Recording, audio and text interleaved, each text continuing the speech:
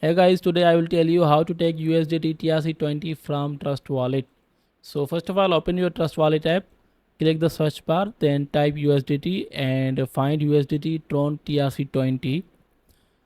Click it and then click on send. Now you need a deposit address. I will send it to Binance. So open the Binance app, click wallets at the bottom right and then click on deposit. Now search for USDT and then choose TRC20 network. Now copy the deposit address and go back to Trust Wallet and here paste the address. Type the amount of USDT to send.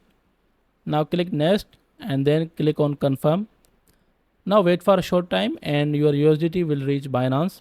This way you withdraw USDT TRC20 from Trust Wallet. If you like this video, please subscribe to my channel. Thanks for watching.